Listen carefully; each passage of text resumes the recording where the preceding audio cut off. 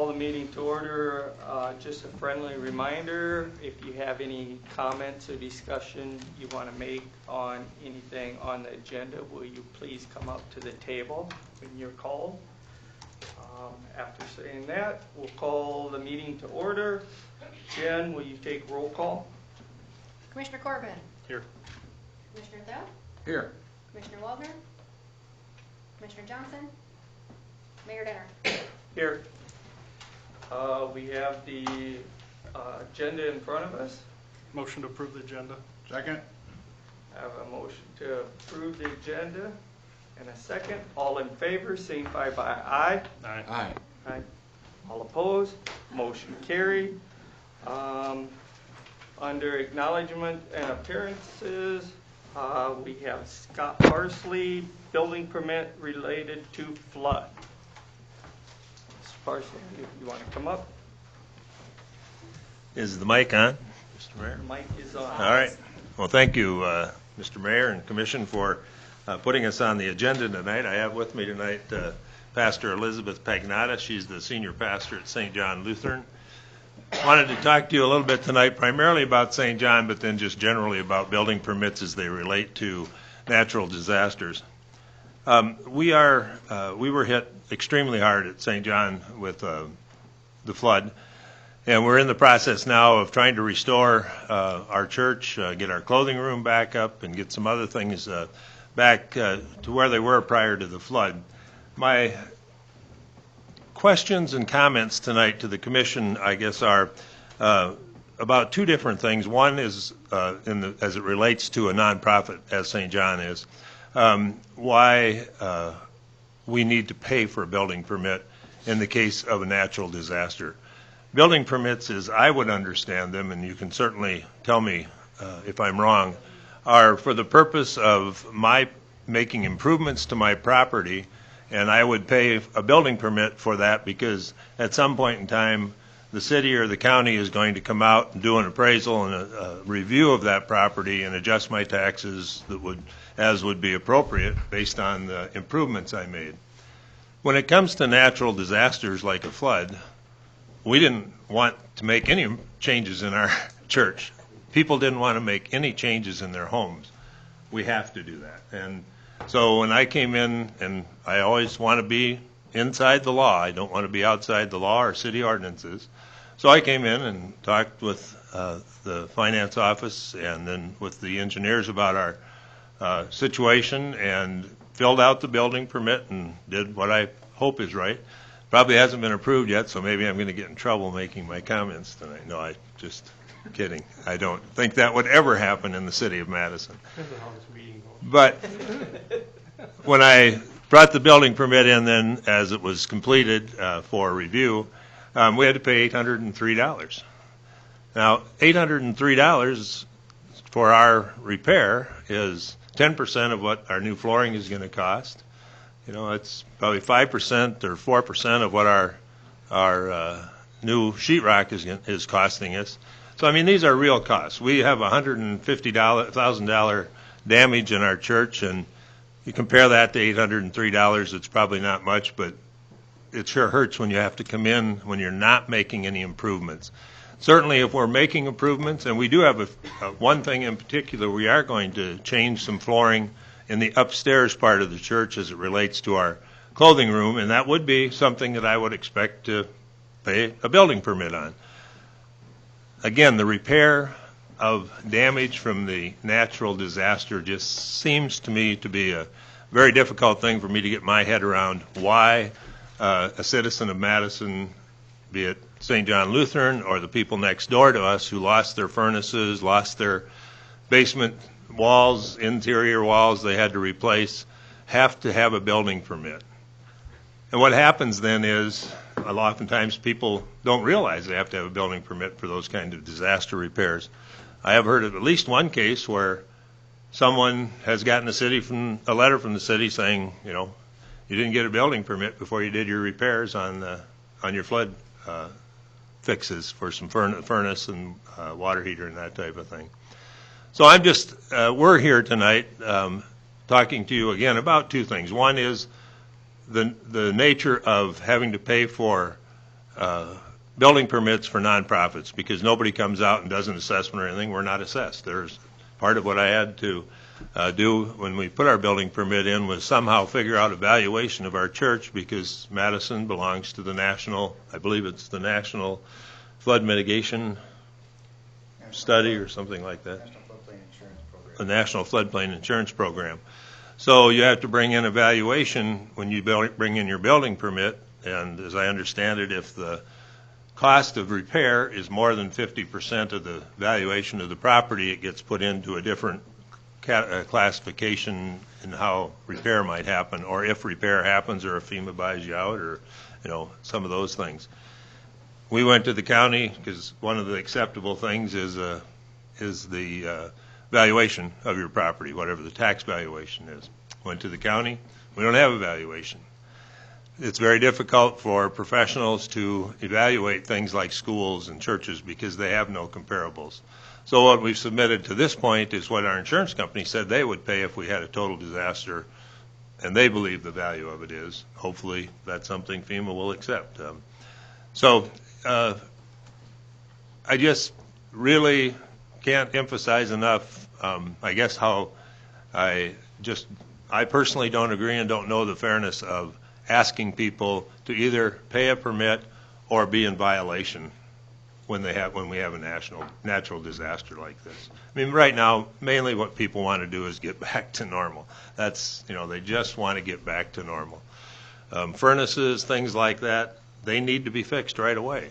Water heaters need to be fixed right away, and people aren't thinking building permits. Now, I understand that the city, there's things that we need to know about contractors, making sure we don't have bad contractors in town and those kinds of things. Filling out a building permit is one thing. Paying for the building permit, to me, is another.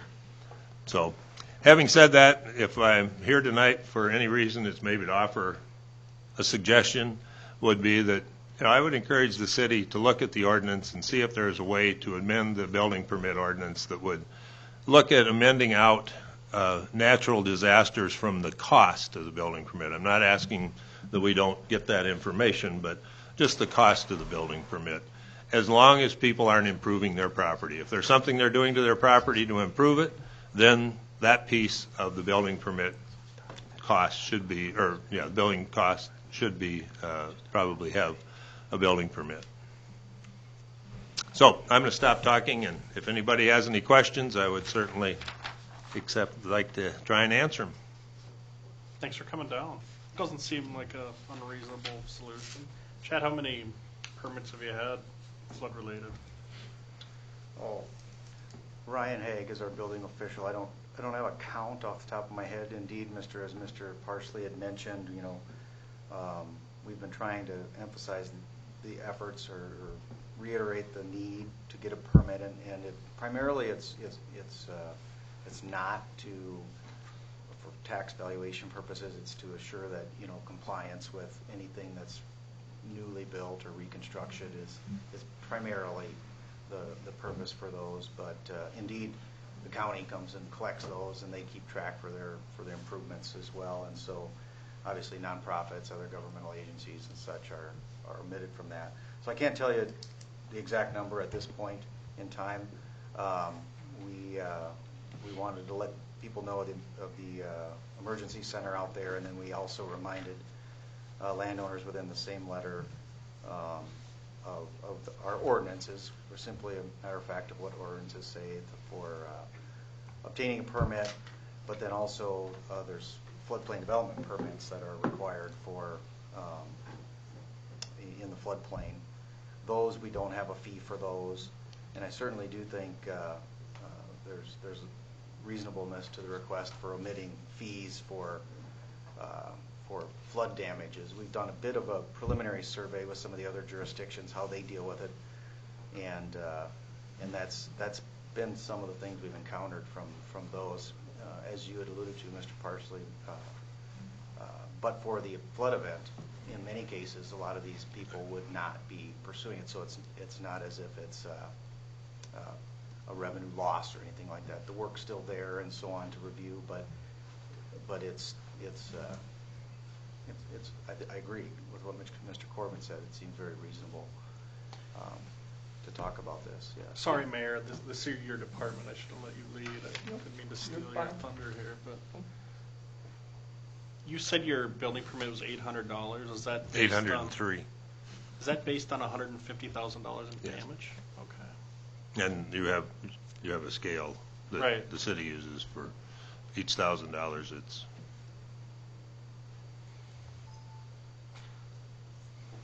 so. It seems, and I appreciate your approach in that, that they still need to fill out a building permit, and especially when it's in the floodplain, because we do need Chad's group to make sure that something isn't getting elevated wrong and it messes up the neighbors and the next time that it floods, because we all know, again, it will flood again.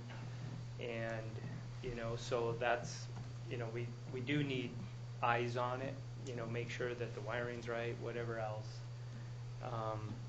And I don't know, maybe we can do something with the media so that they can get a little more word out that people do need building permits. And yeah, a lot of people in town, what's a building permit? What do we need that for? And they just don't understand and just don't know. And so I think that that's part of it. But, maybe we can do something kind of like FEMA where, for a certain amount of time, I don't want somebody 3 years from now coming back and saying, oh, well, that flood back in 2012 or 19, I want a free building permit now. And it's like, no, I think maybe just do a certain amount of time or something would be feasible as well, and certainly something that we need to look at. I think that sounds very reasonable in terms of the time, and I think that what you might find, if people know that there's not going to be a charge for that building permit that's flood related, Yeah, you may get better and more information about the flood the damage they might have had. Sure. And again, we learned last week, FEMA, they want people, whether, they're just going to fix the stuff on themselves, they still wanted people to come in and report the loss, report the damage, or report the impact, to them as well. And FEMA's like, we may not ever give you a loan, we might not do anything with you, but we want those numbers. And so, yeah, I think you're right. And we are, for everybody's information, we are in the process right now. We fall into a different category than what the people out in the building handle, but the county had a meeting with county townships and those that don't fall into the residential category, and I went to that meeting. We're in the process now of filling out an application with them for a grant. So, but that process is going, so FEMA will also know what our situation was. Okay. Thank you. Thank you. Thank you for your time. Thank you. Scott. And we do have an $803 check in here. It's in the mail. No, it's in here. So how would you like us to proceed? Chad? Mayor? I think if the I think we should have it, I mean, you could act tonight, perhaps. I guess this is acknowledged, so maybe not, but at minimum, this should be back on the agenda for the commission to take an action to Right. waive. Maybe I can consult with my commission liaison, the mayor, and city attorney, Mr. Haig, our building official, and come up with something that seems like is reasonable and provide some relief to some of the people who were hit so hard with these flood damages. And I think we can come up with something, and I think it's appropriate. I do too. If need be, I mean, let's do it temporary so that we can do it sooner, but let's also look and make sure we can memorialize it and get something firmed up Yep. for forever. So Perhaps, I mean, it seems like it might be something that could be addressed in relatively short order to be back for you to make, with a recommendation for you to memorialize it via a simple motion or probably a Right. motion type resolution, that covers the time duration and among other things next week. Are, David, are the permits, are they ordinance, or are they just resolution, or just administrative? They're administrative. Okay, so, yeah, it'll be, But I would suggest that if the commission is going to adopt some form of a policy or blanket or semi-blanket waiver, that that be done by resolution. okay. That's fine. As an aside, I don't think the three people that Chad just named, I think we can huddle up, sorry for interrupting. No, I think we can huddle up on this and have something before you quickly. Okay, thank you. generally speaking, I don't think our building permit fees are out of line. In fact, I think they're fairly reasonable. There's communities not that far away from us that subsidize their operations through their building fee expenses. So ours primarily help cover the expenses of the engineering department. That's why we have them, because there is work involved for those guys. But under these circumstances, I think it's appropriate. So, thank you for bringing it to our, up at the meeting, Mr. Parsley. We'll move on to the consent calendar. Make a motion, we approve the consent calendar. Second. Yeah, a motion and a second. Any further comments, discussion? Not hearing any. All in favor, signify by aye. Aye. All opposed, motion carried. Move down into unfinished business. 5:30 p.m. Public hearing, proposal resolution number 2019-32, declare the necessity for sidewalk improvement 2020. Do you want to start us off there, Chad? And then, Yeah, I can say a few words if you'd like, Your Honor. Included in the agenda packet is resolution, resolution mentioned in that item number 1, unfinished business, the resolution for the sidewalk necessity. There are, maybe I'll talk about the process and then I'll get to the specific of the resolution. We followed a similar process as we have in previous years. A few weeks ago, you acknowledged a proposed resolution. We've sent notices to some affected landowners and also put some notice in the paper regarding today's hearing, and for parties to be able to talk to us prior to tonight and or to submit literature for the Commission's consideration regarding this requirement. What this is new sidewalk on 5th Street Northeast from Prairie to Antelope Avenue, and then new sidewalk is also required in here as part of project number 2 from Division Avenue to Antelope Avenue on Northeast 4th Street, and then 2 other single property projects, if you will. Project number 3 is a single property on Northeast 6th Street. And project number 4 is a single property on Northeast 7th Street. And what this does is requires people to put in sidewalks where there aren't any right now. This is there and about the 15th year that the Commission has pursued this. If you would approve this tonight, then there would be certain notices put out per statute that would essentially make this requirement formal and binding, and we would also provide some notices to the landowners. Yeah, with that, I'm probably leaving out a few things, but many of you are familiar with this process. I'd be happy to stand by for questions from you or any others. okay. Do we have anybody, audience, that want to talk about their sidewalk? You want, come on up, state your name. My name is John Konopchinsky. I live at 835 Northeast 5th Street. I'm here in support of the sidewalk projects. I've always lived in some places that had sidewalks, and my family likes to walk, so I'm in favor of the project. For me, it's not an insignificant project. I've got about 150 feet of sidewalk to put in, so it's something that I haven't done on my own because of that cost, but the city is moving forward with the resolution. I'm willing to do that. I have put in sidewalk on the back of my property. My property backs up against Ashmont Drive, and when I did my remodel in 2009. I thought it was important enough with the traffic I had even in the cul-de-sac, with people walking and kids riding their bike, that I did put in my own sidewalk back there without any requirement of the city. So I'm here in support. I'm willing to move forward with my sidewalk project.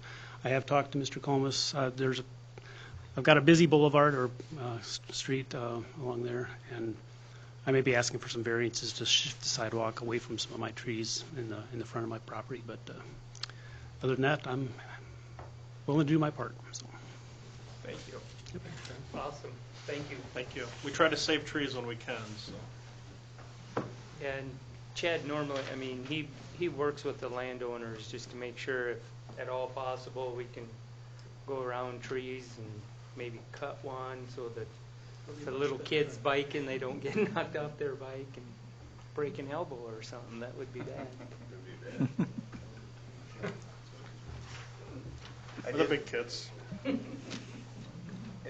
Mr. Novchinsky had mentioned and Mr. Waldner, I did have a chance to visit with Mr. Novchinsky. He had written a letter and just had a few questions. After talking with him, we didn't put the letter in the packet because it was more process type discussion. Is how would we maneuver the sidewalk around some of the obstructions and such? And I talked to him about our process. So we were able to visit that with that prior, and I invited him to come here tonight to talk about that or any other items that he may want to bring up.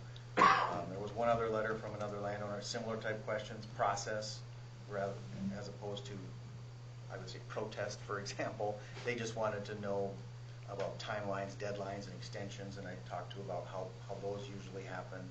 The gentleman was okay with the project, generally speaking.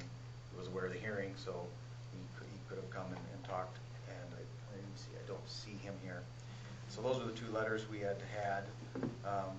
Ms. Namkin in the finance office talked to another gentleman. I don't see him here tonight.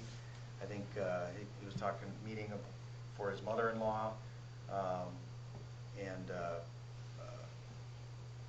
he and his wife had a few concerns. And then I also talked with one other gentleman later in the day on Friday, and about again the mechanics, if you will, of how we would try to avoid trees and different things we try to do to work with landowners. And I assured them all, as the commission has guided us in the past, to be flexible. We have a few parameters, if you will, a 5-foot setback, as you're aware, and transition rates. But even those, there's variance opportunities. We just have a process outlined for that as well. So. Mr. Corbin, being on the sidewalk committee, have we ever had anybody come in and actually tell us they're in support of this? Like we just Oh, had? this is wonderful. I mean, 7 years. No, seriously, I appreciate that. Thank you. I'm just the liaison, by the way. I don't actually sit on the sidewalk committee, to clarify. But no, I come down anytime. That was great. What did that cost?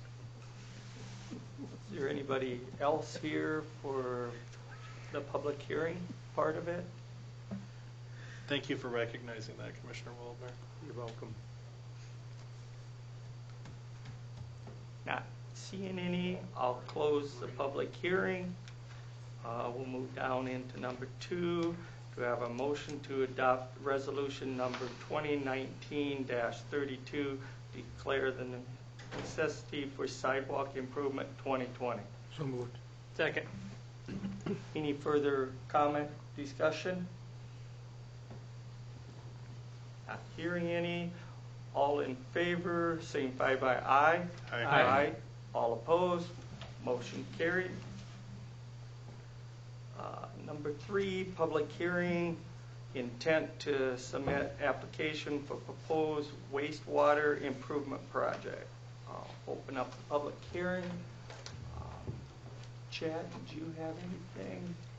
Well, how did you want to start? Did you want to introduce Mr. Mogg and have him talk about the process and then talk about the project, or?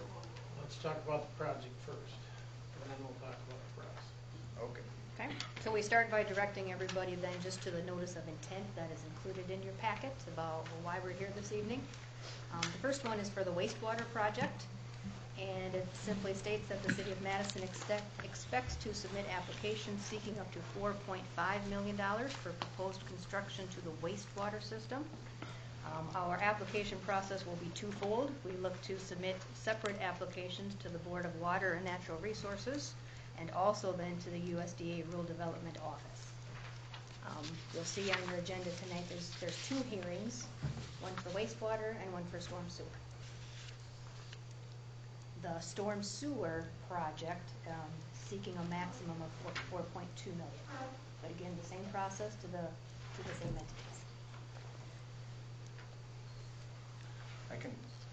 I can talk a little bit about the project, if Right. that's all right. And Between you and Mr. Brad. Lawrence is here as well, if he wants to add it to any items I may gloss over. First of all, the executive summary for this project was approved by the City Commission on October 21st, so that's when you saw the full report, the preliminary engineering report that Banner Associates had prepared. This project is a companion project that's, I'll describe it, that stemmed from the water improvement project that started as part of the rural development, what's commonly referred to as the rural development water project. Several blocks in the northeast part of town and some in the northwest part of town to replace aging water lines. And also a part of the water project is a new water tower. That, as a brief aside, that preliminary engineering report, a revised version of it, was accepted by you all last week. So that will draw your attention to some of the locations where this work is accomplished. But specifically related to this project, and I'll still try to be brief and hit on just a few things. In the sanitary sewer to start, we're replacing underground sanitary sewer mains, and then also lining some sanitary sewer mains in two projects, again to coincide with different phases that are planned for the water main project.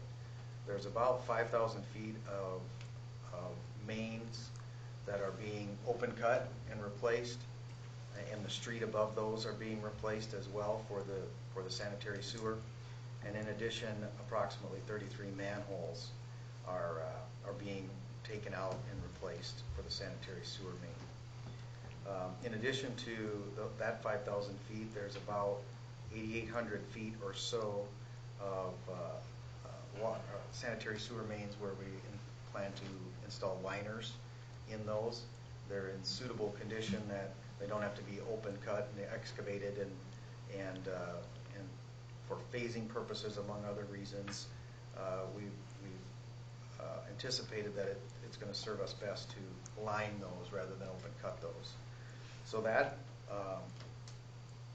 trying to be very brief, is the main bulk of the work for the wastewater project. For this, I can talk about the storm if you would like to just. Let's keep them separate. Okay. Please. Then that, Mr. Lawrence, anything you want to add to that, or? Yeah, it's a good summary. Okay. How much lining did you say, Jack? 8,800? About 8,800 feet. 8,800 feet. Thank you. Great. Any other questions? Probably not. I think you've talked about the project now. Okay. As Jen was talking about, the purpose of the hearing is because we're looking at putting applications in for, and as we're doing, even though these pieces of project are actually going to gel into one project when it's actually done, water, probably wastewater, when those two are in the same spot, and also the storm sewer will be done on the same blocks, I'm guessing, as one project. Okay? Now, there are portions of it, as I understand, where storm sewer is not, it's on its own. There is maybe no water or sewer associated with it. Same thing, there might be some wastewater where there's no storm or water. So the water is driving the primary. Right, it's driving the locations. primary, right. And then- Now, when it comes to the street repairs, and that's what it's called, street repairs. If you're doing, a project is tearing up the entire width of the street, then we'll most likely be fixing the entire width of the street. If it's just strictly wastewater or water and it's only a portion of the street, you'll only get that portion of the street repaired. repaired. You will not get the whole street repaired. Just wanted to clarify that. So, How much of partial street repair are we looking at? By and large, Mr. Mogg is correct, that only that part would be eligible to be funded For funding. through these different projects. We are planning to complete the rest of the street, but if it's not covered, if it's not beneath, if it's not above the water main or above the sewer main, we will fund that Yep. through the separate street project, whether that local fund or bonding at that time. But very, very little of the streets where there's work going on will the streets not be fully reconstructed. There may be some small areas, but we kind of looked at it that if we're there doing the work and tearing everything up, we don't want to leave little small parts and pieces of the road and or street not done. Right. In many cases, we likely won't be back to that area for quite a long time as we would turn our attention to other infrastructure. So. Thank you. That's what I was hoping to hear. And that's the way I understood Yeah. it too, so. okay, now, we are in the process right now, the finance office and I are in the process of working on the Clean Water SRF. That is the SRF application, that is the program that covers the wastewater portion of the project. And this is going to the South Dakota Department of Environment and Natural Resources. The deadline for that application is January 1st. That means we got to have it done in the mail by the 31st of December. So it's coming up here rather quickly here. Now, it's my understanding that we're going to use probably a surcharge on the wastewater revenues, or are we just going to use wastewater revenues? Potentially I a think we'll combination. surcharge it regardless. I mean, it'll be spelled out in a surcharge. I would, yeah, surcharge will help you with your constitutional debt Yes. limit. So, most likely it'll be a wastewater revenue surcharge on everybody's fee here in town. Now, going with, all right, we'll start out with the SRF program. Right now, the SRF program, you're going to get your rate in terms of, you're going to get a 2.5% interest for up to 30 years. Okay, so looking at, and I think you said, was it 4.5 million, Jen, right, for the Correct. wastewater? Yep. Okay, so a $4.5 million loan, because that's what we're applying for when we send the application in. We are applying for loan funds. So I'm just going to use that number for starters here. Is going to generate a payment back to the state of $213,663 and some change per year. So the payments are made quarterly to the Department of Environment and Natural Resources. Now, that means, and what I did is I took the $213,663 and I divided it by 12, because I'm guessing you bill monthly. That's $19,586 a month. And then you have to, of course, put 3 months together for a quarterly payment. I would break it down into an impact on the rates, but I don't have the number of accounts right now. So, what were we guessing before? 2,500 was it? Correct. Let's use that number. All right. Right now, we also have 110% coverage requirement as a part of this program, which, long story short, means that you have to generate enough revenues to cover 110% of the annual debt payments for all loans within, in this case, the wastewater system. So that 10% is added on to it, and that comes up to $235,031. If I divide that by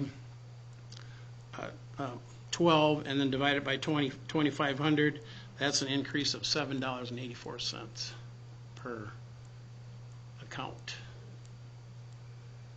So that would be the revenue increase, or the increase on the account to pay back the loan at 2.5% for 30 years. So now, we're looking at, as part of this hearing, we're also talking about rural development funding, which also requires a hearing before we can send the application in. That application does not have a deadline.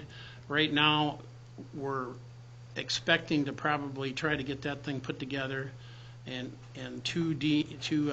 rural development, probably January, Mid-January, by the latest. say yeah. by hopefully mid-January, yes. Now,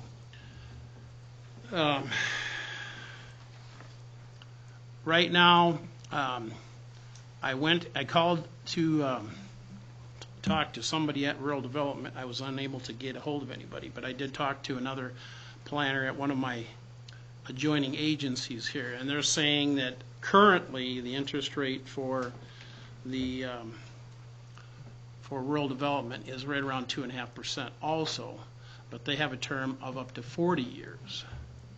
So, using the numbers there, the payback on a, say, 2.5% for 40 years on, again, a $4.5 million loan, that's $16,325 a month. And so if we take that and divide that by 2,500, that's $6.53 increase you would see to pay back that loan. Well, that's just applying it evenly across all of our counts, not. Yes, more on well, I commercial. don't have any other way to do it, Jeremiah, right now. And you might, like to say, prorate it a little bit differently based on your account size or meter size or whatever. I don't know how you guys are going to do it. But that's just to give you an idea on some of what the rate impacts. Now, the wastewater project is eligible for grant funding, as far as I know, from both agencies. You can also get principal forgiveness from the Department of Environment and Natural Resources. Now, I, of course, can't speak to that because that's a determination that's made by staff recommendation and then what the Board of Water and Natural Resources ultimately, in this case, using the SRF to start with, ultimately what they decide to offer you as a package. It could be all loan, it could be possible loan and grant or possible loan and principal forgiveness. But like I said, that's why I use it in this case just all loan at this point, because that's about the only thing I can assure you that you might get at this point. So rural development does the same thing. After they get the application, after we get it completed and sent in to them, they have to do an underwriting process also to determine rates, and then they'll also provide you with a funding package at that point. The Department of Environment and Natural Resources, the application goes in on January 1st. The Board of Water and Natural Resources meets approximately 3 months later at the end of March. At that point, the application and project will be presented to the Board of Water and Natural Resources by staff and with a proposed recommendation for a funding package. The city will be invited to that same meeting. You have the opportunity, after they've done their presentation, you'll get 3 to 5 minutes to support your application. Then by law, 12 hours later, the Board of Water and Natural Resources will make a determination on what kind of a decision funding package they're going to propose to you folks. So that would be on the following Friday. So by March, you'll know what your proposed funding package is from Department of Environment and Natural Resources. On the other hand, rural development does not have any kind of a timeline or whatever. Their process, again, depends on how fast we get the application done and then how fast they get their underwriting done, and then they'll come back again to you folks with a proposed package. That could be anywhere from 3 to 6 months after we've sent the application in. That's my best guess. So, if I may, Mr. Mayor? Yep. How do they determine between grants and, Well, do we? both of them are going to look at rates. That's going to be a big factor here. And they have their own ideas of what are considered affordable rates. Okay. Now, and I don't remember, what's your rates for 5,000 gallons, Jen? 46. Isn't that 46 Okay. to 50 in there? So, right now, and I'm going to talk about the Department of Environment and Natural Resources. Neither one of them has any kind of policy or explicit information that says if you're at this area or whatever, what rate you are, you're automatically going to get grant funds. Right now, the Department of Environment and Natural Resources, if you talk to them, they have an informal policy that says that as long as your rates are $40 and above, you are eligible to get grant funding or principal forgiveness. But that's the best that we can offer at that point. Now, So it doesn't look at any other need, any other, we're just really good people? well, Factor in, I public think health. most applicants, when they Look at send in, development they're all gonna- in the city, on a serious note, like look at, we got a lot of stuff going on here. I mean, Mhm. any little bit of help we can get would be nice, and, a lot of things moving, and we're trying to make improvements to be ready for a lot of that. Well, like I say, rates are going to be important. The other factor is the other applications that are also being sent in at the same time. So we need to just call up all the other cities and say, don't send anything in. Yes. Unfortunately, you're already too late because I've already sent in 4 of them myself. Yeah. So, Thanks, Greg. well, that's, just have to Just do doing your it. job. They asked me to do it, so I have to help them out, so. And there, Greg, do you remember there was 21 new applicants when we were put on the state water list?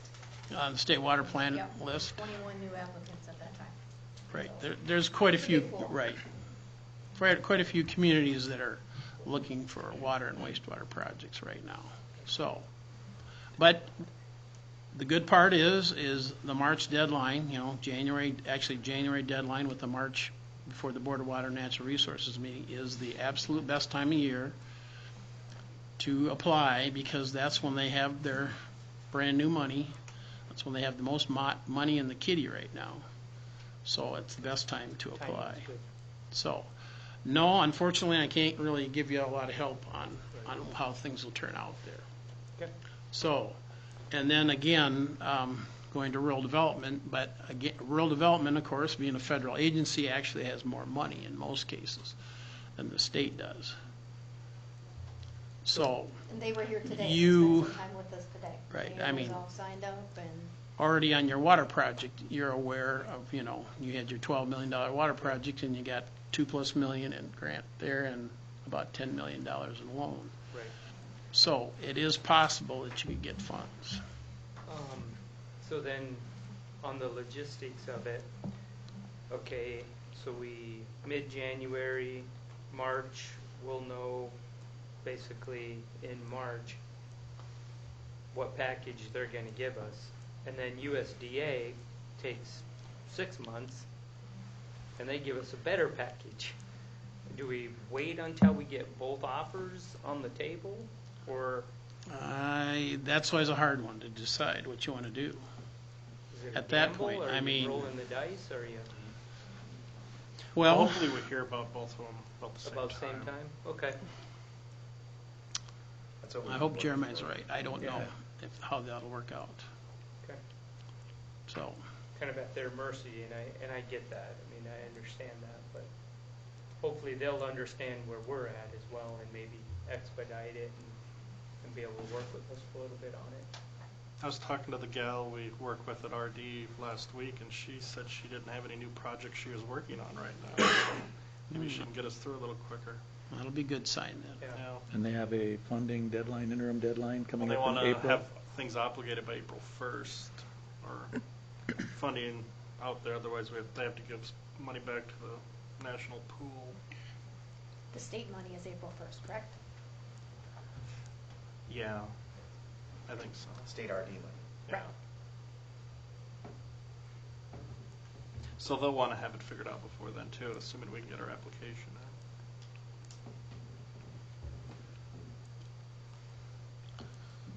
in. Any other questions on the wastewater? I'm good. I appreciate your answers and Okay. digging into it, so. Okay, then we'll talk about the stormwater Let's, and, let's close. sorry. Yeah. Is there anybody else here to talk about the public hearing on the wastewater side? Not hearing any. I'll close the public hearing, and we'll move down to under new business. Do I have a motion to adopt resolution number 2019-35, authorize application, execute, and submit, designate the mayor to certify and sign wastewater? So move. Second. I got a motion and a second. Any further comment, discussion? I do have a couple of questions. Okay. When we speak of accounts, we're talking about individual homes. Well, those are just all thrown together. Nonetheless, Those I think I businesses. just want some clarity that that's what I'm talking about. Homes, businesses, commercial, total, correct? Yes, and we do have one thing we haven't worked out yet, and that's the additional meter deal, how we're going to handle that. So there's The additional meter charges. places that have a master meter for the water, and then they get additional fees for the basis for the water and for the sewer. So that's all got to be figured out yet as to how that applies, because when you add that in there, it gets a lot closer to the same number we have for electric meters, which is roughly around 3,300. That becomes, those accounts become the surcharge then? That becomes a surcharge figure? We'd surcharge them, well, probably the minimum. I guess you can surcharge the per unit too. But Yeah. We haven't gotten into that far in the weeds. All details, right, to be worked out after we get our meter counts. Well, it's a public substantiated. meeting, and I just thought Yes, those were questions. and that would lower if we, depending on how that works out, it could lower that per monthly fee. And we surcharge it because then we obligate that income to the loan, and then it doesn't count against our capital or our constitutional debt limit. Constitutional debt limit. I noticed that the loan amount was 2.5% interest that we were putting into this. Excuse me? The loan is 2.5%. Department of Environment and Natural Resources, 2.5 for 30 years. And if we take this action tonight, would it be fixed at that rate? It's fixed for the state only changes their rates once a year. So this rate will be good until, I don't know, I think they did it in November this year is when they changed it. Would be good for the length of our loan. It'll be good, yeah. This would be the term and condition you would get for your loan. Okay. Thank you. Mm-hmm. That's all, Mayor. Thank you. Okay. With the friendly reminder too, that all we're doing tonight is looking for a blessing to submit the applications. We got a whole lot of pieces that gotta fall into place and things to work out. All we want tonight is to have the application submitted blessed. Any further comments, discussion? Not hearing any. All in favor, signify by aye. Aye. All opposed? Motion carried. Go back up to unfinished business. Number 4, public hearing, intent to submit application for proposed storm sewer improvement project. I'll open up the public hearing. Craig? Chad, I think Chad will talk about it. Yes. Next yeah, project a little bit. Very briefly, the storm sewer is in the same areas where the water and sanitary sewer is. And primarily at the intersections where you typically find structures, drop inlets, and structures that take on the storm sewer waters. And so while we are working in those intersections, there will no doubt be conflicts with some of the new manholes for the sanitary sewers, for some of the alignments of the new water lines moving in and out of each intersection. And so it's essentially for new storm sewer at each of these intersections is the bulk of this storm sewer effort. It's not for new discharge lines, multiple blocks, or anything like that. It's primarily the intersections, basically.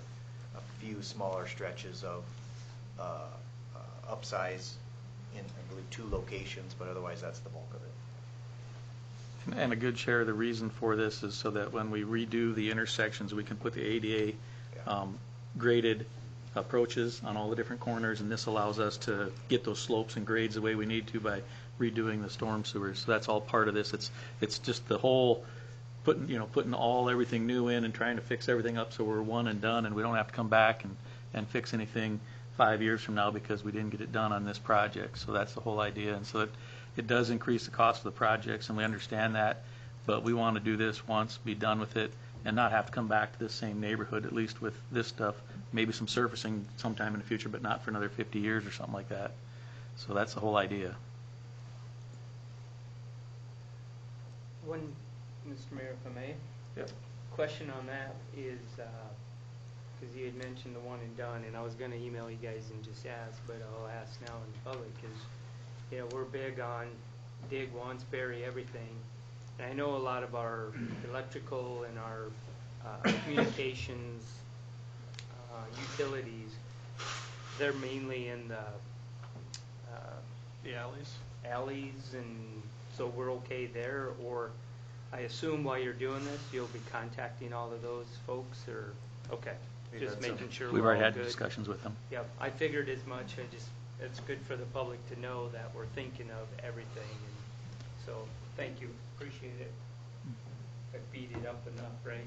Is there a lot of, where's the gas run? Is it the street or the? It varies per street. We had a utility planning meeting 2 weeks ago now. We have to let them know what's going on, the plan, and so on. And so I wish I could tell you just while it's here, but it kind of varies by street. Typically, they're at the alley crossings, particularly in the northwest part of town, because that's where they serve a lot of these properties is off the alleys, and so they got to cross these streets at the alleys. And so we've, as Commissioner Waldner alluded to, we've been starting the coordination process. I believe there's one particular street, there's a main in it, but it was a good meeting. There's not a lot of indications that there's going to be major issues from the gas company or others.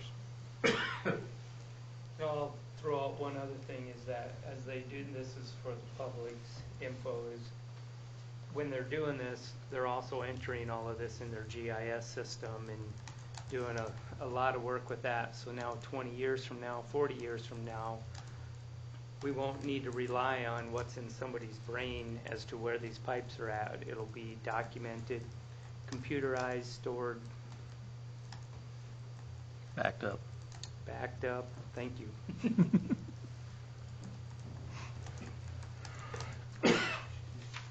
Chad? That's all I have for now. I stand by for questions. Great. Okay. For the storm sewer, we're signing into the same two agencies for funding packages. So again, first one we're going to be doing here is it's also a Clean Water SRF. Clean Water SRF also has funds drainage and storm sewer projects. So we have a January 1st deadline for this one. The meeting will be in March. At that point, staff will make the recommendations. You folks will have an opportunity to make a presentation, and then the Board of Water and Natural Resources will make a decision on that last Friday in March. So you'll know about your package then. Right now, storm sewer is eligible for grant funds, but most funding agencies do not consider storm sewer an essential service, like water and sewer is considered an essential service. So you may not, again, this is just me talking, I'm not the board making any decisions here, but you may not get any grant funds for this type of project. But it can happen. So right now, my understanding up to this point is we are probably looking at second cent sales tax to repay the loan. As we don't have like a wastewater fee, or we don't have a storm sewer fee or anything like that. You need some kind of a regular source of income in order to repay the loan before the agencies will give you a loan. So at this point, it was my understanding we were talking second cent sales tax money. So for storm sewer, we're looking at the $4.2 million, again, 2.5% for 30 years. And so that comes out to be, and I'm just gonna go right to the monthly breakdown here, instead of, it's like about 220,000 a year, so it's about $16,619 a month to pay back SRF loan for the storm sewer project. And our Lewis and Clark payment's $230,000, Just looking. and that's coming off in 2 years, about the time that we'd have to start paying for this. Right. And then the rural development, again, same situation, applications, we're gonna get it done in January. And then, based on what Jeremiah is saying here, looks like rural development will work with us to try to get some funding in place, or at least a package to you, if she doesn't have any new projects, hopefully by April, so that would be a similar timeline to what we're talking about now. The $4.2 million loan, and again, I'm just going to go right to the monthly, because it's, again, approximately 2.5%, but theirs is a 40-year note, so it's a little longer. It's $13,851 a month for the rural development. So again, it's the extra 10 years in length that helps bring that cost of it down a little bit on a monthly basis. Again, we'd probably be looking at sales tax, second cent sales tax, to repay that again as you How much need was on. that annually? I'm sorry, Greg. Excuse me? The payment, like 180,000 for the 40-year loan? I did the 13,851 times 12 is 166. It's 166,208. And the Lewis and Clark that will fall off is about 140. It was 140, not 230? Hopefully No, it's not. that new proposed rate comes in for RD. Yeah. Just See, is the RD that cash flow is better. 3%? It's about 2.5. It's right around 2.5 now, 2.5% Okay. for 40 years. Your notice says 3%? The right, the notice says, Has changed. says 3%, right. Okay. But our rural development, they change their interest rates, or they can change their interest rates every 3 months. Okay, thank you. Jen, when did you say Lewis and Clark comes off, and how much is that per month? 140, I believe it falls off in 2021.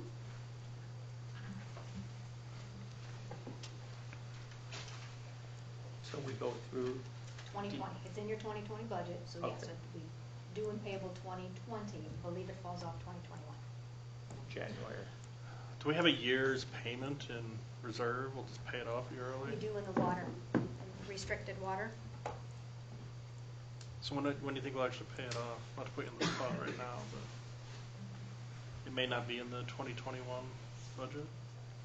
Right. To be discussed during the budget process.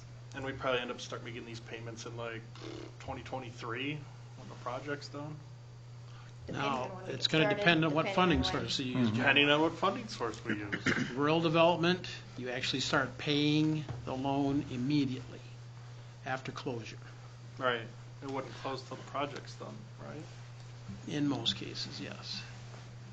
Then, now SRF, it's the soonest of 2 years after the loan's closed or upon completion of the project, whichever's sooner.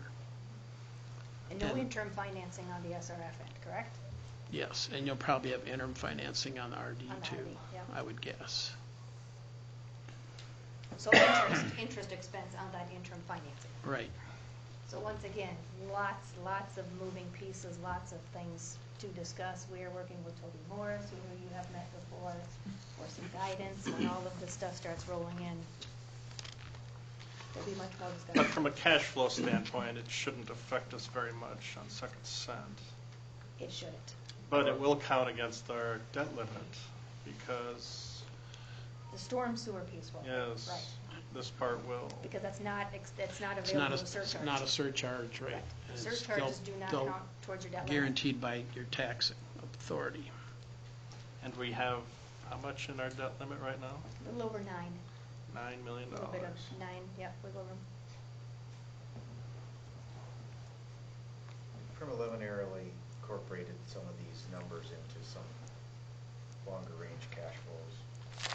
So we're trying to anticipate what these payments would be for future projects. Because I know we want to keep our infrastructure going Right. beyond this project. Yeah. And that's what's going to be the big variable for our rates going forward, is how much we want to do every year once we're done with the RD project. How much can we handle? How much can we get done? How much funding do we have? How much can our current infrastructure, how long our current infrastructure can last? Can last? Popped another water main, Bob. Yeah.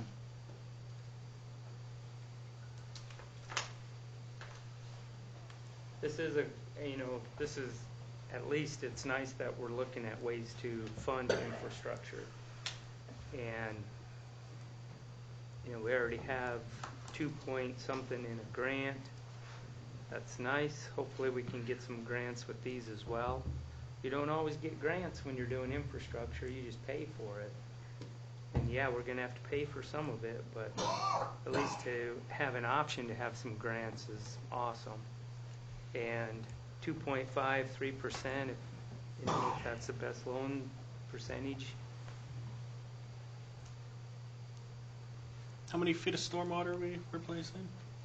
You know, A lot of this that's- is inlets and whatnot, Right, not it's really a more sexy. inlets and structures and manholes, so I can't give you a good number. I want to say 50 some odd structures. Yeah. This is all really for Commissioner Johnson and Public Works. Just thinking when you're talking about, you say 50 on structures, you're talking 50 on intersections? 50 Yes. inlets. and 50 or inlets, manholes. yeah. And what, Mike? And/or manholes. It's either 53 or 79. I'm thinking back to the plans. I just reviewed the plans and checked all the quantities, and it was one of those two numbers, and I wanted to say it was 53 for that, but it might be 79. I have a soft spot for making you staff cough out numbers just off the top of your head, so. Thank you. Chad, the first part of this project, we're self-funding the wastewater and storm, correct? Yeah, that's a good thing to point out. This work is for what we've broken again, the genesis for this was the water project, particularly the water mains. And we had intended to break that into 3 phases, phase 1A, phase 1B, and phase 2. And so to your question, Mayor, we're planning to self-fund all the sanitary sewer and the storm sewer and the street portion of phase 1A. And so these applications are for the work in phase 1B and phase 2. Which will take place in 2021 and 2022 probably. Probably. Outside chance, late year start Yeah. in 2020, but not likely. But reflected in your 2020 budget, as you'll remember. We're going to self-fund that out of what? Through the utility funds. Okay. Well, again, excuse me, not the water, the sanitary sewer fund will fund the bulk of the sanitary. Any shortages they've already been accounted for, shortages from what's allocated from second cent, supplemented from second cent. Yep. And then also the general fund shortfalls will be funded from the second cent as well. For phase 1A. Again, these are for phase 1B and 2. Right. And then for 1A, at some point, we'll probably tap into our interim financing for the water and the water tower. Not any Exciting. sooner than we have to, but yeah, we'll cash flow like we have been doing as much of it as we can before we tap into that income. With the combining of 1B and 2 and having to do that, it's probably going to push that back a little bit as far as expenditures, so we may not expend much of anything in 2020, which will help us on the self-funding part for the other 2. And those were in the budget already, all the self-funding components. Including 1B, a portion of 1B. Yes. Yeah, the design part. And some of 1. There was some of the construction was in there too, so. So the 6 million gap we had in the budget is going to end up being a lot smaller. Total RD that was in your budget was $5.7 million. I rounded up there, sorry. Doing a lot of rounding tonight. It's all right. I think it was 5.7? 5.7. 5.9, okay. 5.9 in my head. That's what I had too. 5.9, 5.7. It's 200 grand. Million here, million there, pretty soon it's real money. Mm-hmm. Yeah. Did you have anything else, Craig? So is there more questions? Do we have anybody in the audience for any comments, discussion? Not hearing any, we'll close the public hearing portion and we'll move down to number 2 under the new business. Someone to make a motion on adopt the resolution number 2019-36, authorize application, execute and submit, designate mayor to certify and sign storm sewer. I'll move that. Second. I got a motion and a second. Any further comment or discussion?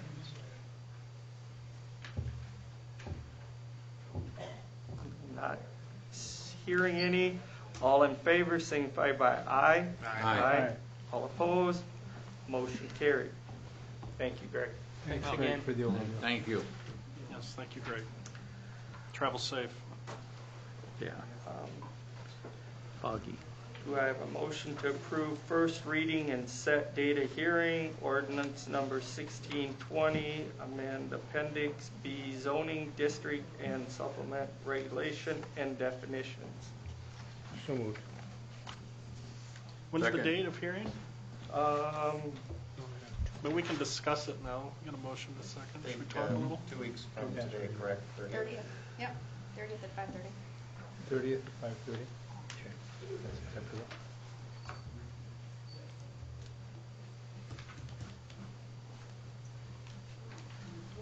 Chad? Thank you. Your Honor, included in the agenda packet are some draft minutes from the City Planning Commission dated December 10th, 2019, and ordinance number 1620, proposed ordinance 1620. What this ordinance is we are revisiting what formerly ordinance 1613, which had proposed to amend the zoning ordinance to add a use called congregate living dwellings and focused on the R60 district. That had went through the Planning Commission in October, and then it was before the City Commission in November, and that was referred back to the City Commission. So we took some of the input that we heard from the City Commission and others, and we incorporated that into a revised version of the ordinance and presented that back to the Planning Commission for their consideration. In the interim, we also had an opportunity to talk with some of the interested parties who had expressed interest at some of the other hearings, most particularly the hearing of the City Commission that was in November, and so then that's where we are, how we got to this process. So if I may get into just a little bit of the specifics of the ordinance. I'll try to be brief and then try to answer questions, but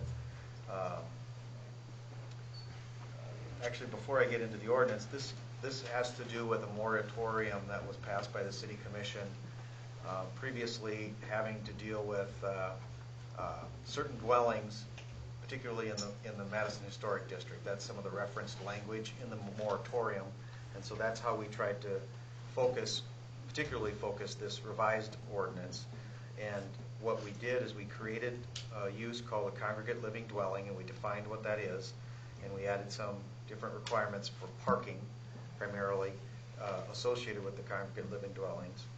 And then we set some density limitations for those congregate living dwellings in where they're being proposed, primarily in the primarily in the R60 district, yes. But the limits in the density and the changes were limited to the Madison Historic District, we don't define that district locally, if you will, within our ordinance, but we refer to the district as presented and on file with the South Dakota Historic Preservation Office. And so that's referenced in the ordinance.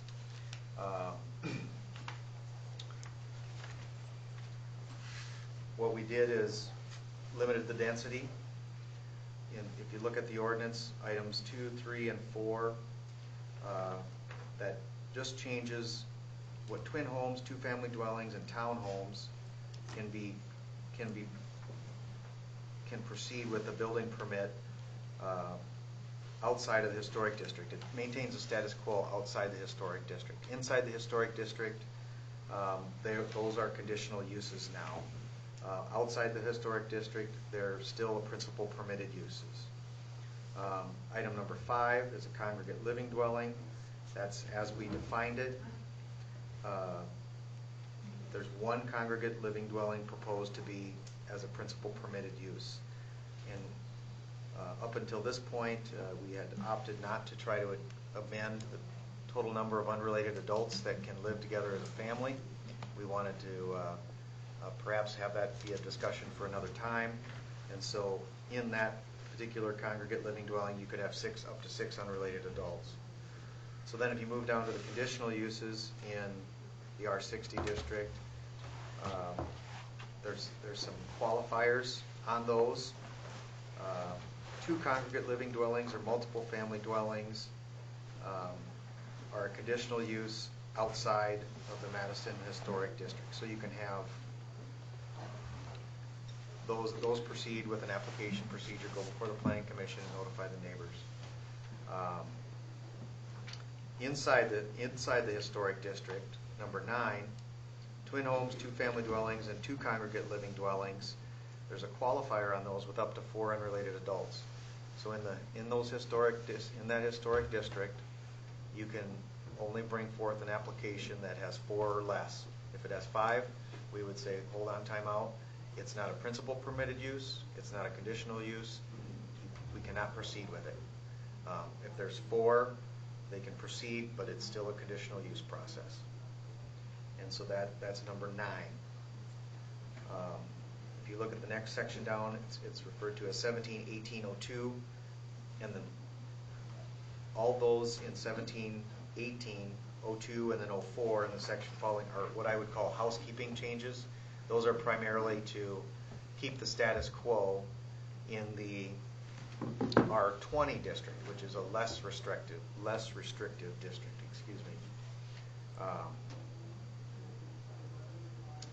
And then the balance of the ordinance, 173503, adds the requirement for 1 parking stall per sleeping quarter, and then we define the congregate living dwelling in the definitions, and there's a few housekeeping changes in the definition of the dwelling itself.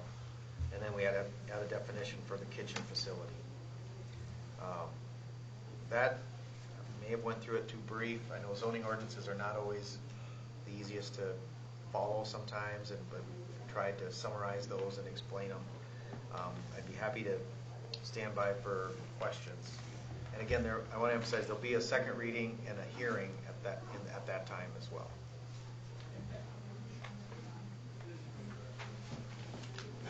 The Planning Commission did unanimously recommend approval for this.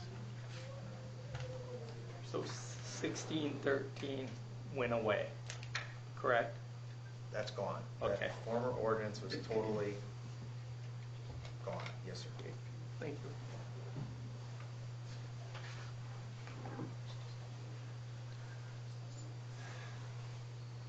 Well, there's been a lot of discussion about this. The mayor's spent a fair amount of time on it. Chad certainly has. The people that live up in that neighborhood in the historical district have. The Planning Commission has. I spent a little time on it. Seems like they've worked a pretty decent ordinance up. Neighbors, do you have any input on this? You good with it? No, it's good with us. Chad's worked well with us. Is there any more comments, discussion? Not hearing any. All in favor signify by aye. Aye. Aye. All opposed? Motion carried. Public comment?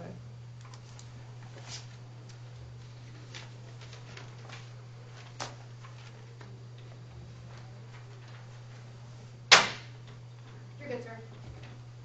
We're good? Nothing, yeah. Nothing? Okay. Any announcements?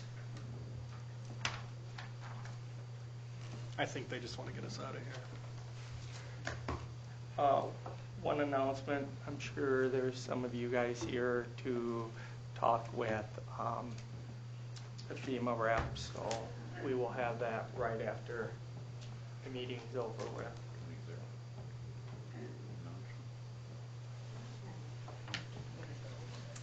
Seeing no exec session, do I have a motion to adjourn?